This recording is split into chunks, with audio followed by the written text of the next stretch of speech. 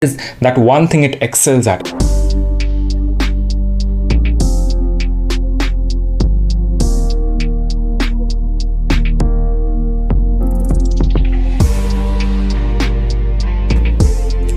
Hi guys, today I'll be reviewing the Truthear Nova. Truthear, whose all the new IEMs have been very popular, like the $20 Truthear Hola, then the Zero Red, which is a collab with Clinical, and the Hexa. This is the first IEM above the $100 price point. This costs $150. This is my first time reviewing a Truthear IEM, so I'm really excited for this.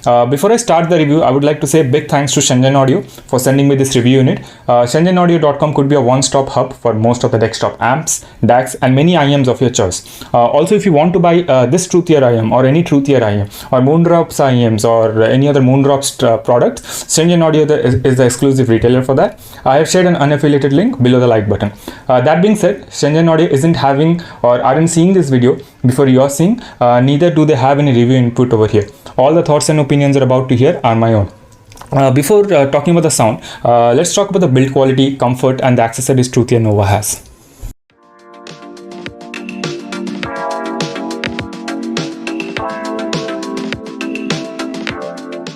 So as you can see, the packaging is really good. The amount of ear tips provided is also very good. These are two double flange ear tips, and this is a foam ear tips, and these are the normal ear tips. I quite like the case and the pouch. Although I was a bit skeptical about them, I quite like them. They also have a mesh inside, and I would have liked if it was a bit big, a bit large, so that I could store also my DAC properly and then pack it up. Because if I put the IEM and then I put a DAC, what happens is it becomes too tight and I cannot close the zipper sometime, and or it becomes too exposed and the DAC might just break if it falls. So although it is not a hard case and won't save your IEMs that much like in a hard case, but still, for as a pouch with this carabiner, it's quite good. I quite like it. I've grown to like it. So yeah, Truthear should try to sell them for like $9 to $10, and many people will like this for the daily uses. Cable is really good. I really do love the cloth cable. It is actually longer than average IEM cables. I roughly measured the length of the IEM cable, and it comes at around 145 centimeters or around 1.45 meters from the jack to the IEM. The cloth cable could also be a negative in the long run, because as of now I really do like it, but what I can see happening in the future is if I don't handle it carefully, this could get dirty very fast. So that is one thing you should keep that in mind. Also, the cable is also quite good in terms of overall quality, in terms of the jack and everything else. In my opinion, the cable could also easily cost $20 to $30 in its own without any issues. Cable, one more thing I would like to say is the cable isn't modular. Although some might say that this is too much to ask, but I do expect a modular cable at this price point, as the Lecture S12 Pro, which is around the similar price point or around $100 or $90 or $110 during a sale, that has a modular cable. Although you could say this is also a nitpick, but I still thought of mentioning it because I would have loved to seen a modular cable, because many people do use many different sources which are 3.5, 2.5 and 4.4. Also, there are no driver flex, as they have ample amount of vent holes over here, as you can see. They're quite easy to power and they work very well with my smartphone, although a bit more of power does help them a lot in terms of the overall sound, opening the overall sound. The overall shell of the IEM is quite larger than average in my opinion, so people with smaller ears might have some issue with the fit. As you can see, let me focus. Yeah, as you can see, people with smaller ears might have some issue. Also, the nozzle size is also quite larger than usual, so the people with smaller ears might have some issues with fit. I personally was fine with it. I had no issues, but I just still wanted to mention it. Also, the Nova comes with a 1DD 4BA driver configuration, which the DD has a 10mm liquid crystal polymer diaphragm dynamic driver with a polyurethane suspension and an N52 magnet for handling the bass. If I'm not wrong, this is the same driver which is used in the Zero Red and the Hexa. There are two custom BAs which handles the mids and one more custom BA for the high frequencies.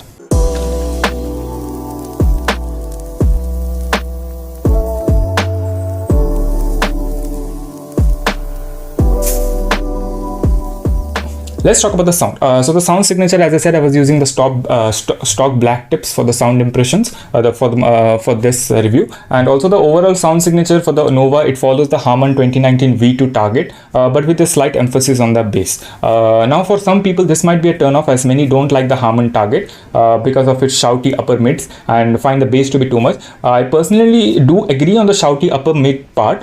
It can be sometimes a bit spicy for me, even as someone who listens to a lot of female vocals in the upper mid range, and enjoy it. Even for me also, it could be a bit much sometimes. But if you're someone who loves the Harman target, then rejoice. This is the IEM for you. This is really fantastic. It works really well.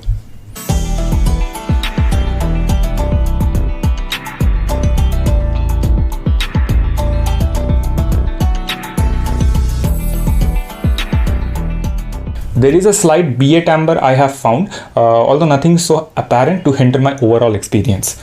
Let's talk about the bass. I would say the bass is really punchy. It has the dynamicness I yearn for. The sub bass is more dominant over the mid bass, and it is something I prefer personally. Although that doesn't mean that the mid bass is bad, neither does it muddy up when listening to songs.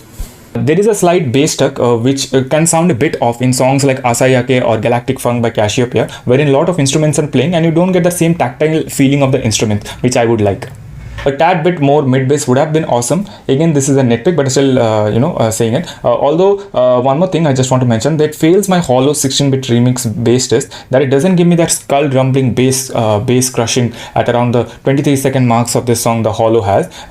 You can see this as a nitpick because it is quite hard to pull, and for this for an IEM at this price range, but I still thought of mentioning it because generally I keep that for around IEM at $250 or $300 price points, because that is something very hard to pull off for some reason. So but I still wanted to mention it. For other songs, overall the bass presentation was really good and overall very enjoyable.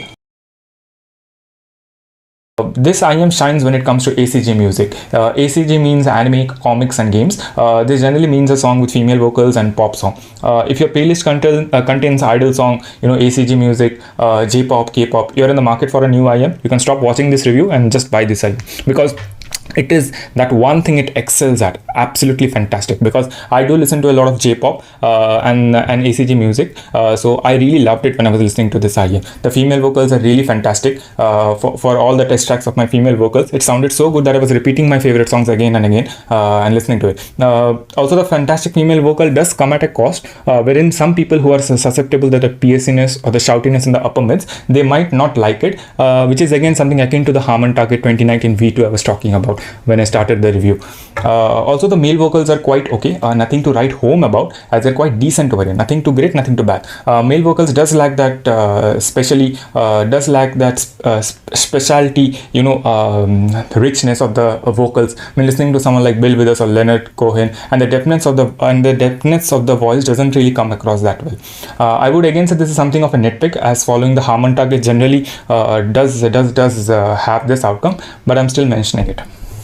The treble is really good for the price point. If I dare, I could say that it punches well above its price point in my opinion. The treble also has a decent extension, although I personally would have liked a bit more treble extension so that it could sound a bit more lively. The treble would have sounded more smooth, but again, that is my personal opinion. The overall treble is very smooth and enjoying. You will not find any issues over here. For some, again, as I said, the treble could be a bit shouty at higher volume.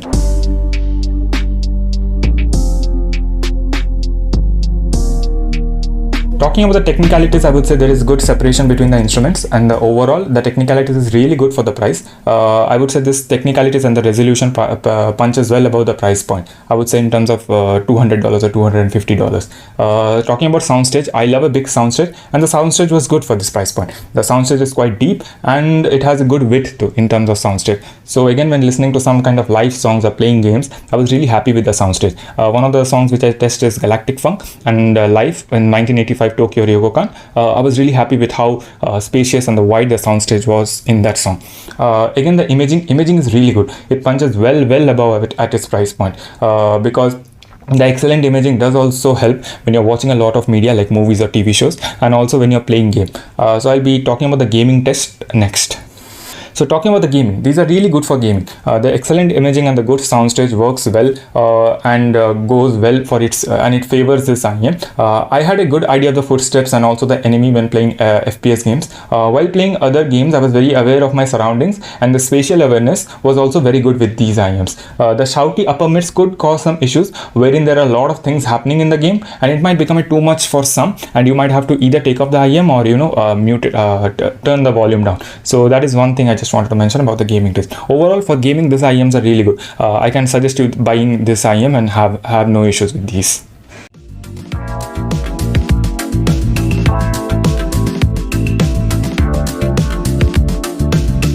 Now, recommendation. Do I recommend this IEM? Well, if you want a very good overall IEM, this is the IEM to go for. As usual, it does everything really well, and it punches way above its price points in some aspects.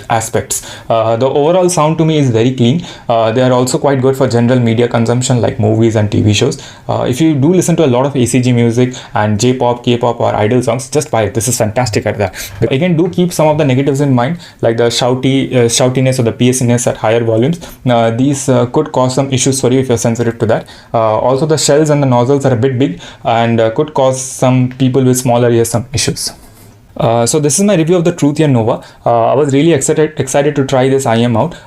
Again, thanks to Shenzhen Audio for sending me this review in it. If you especially listen to ACG music or anything related to female vocals, this is a no-brainer in my opinion. And even if you don't, if you listen to something rock or alt rock, this is just really good in that genres too. But do keep some of the negatives I have mentioned in mind before you buy them.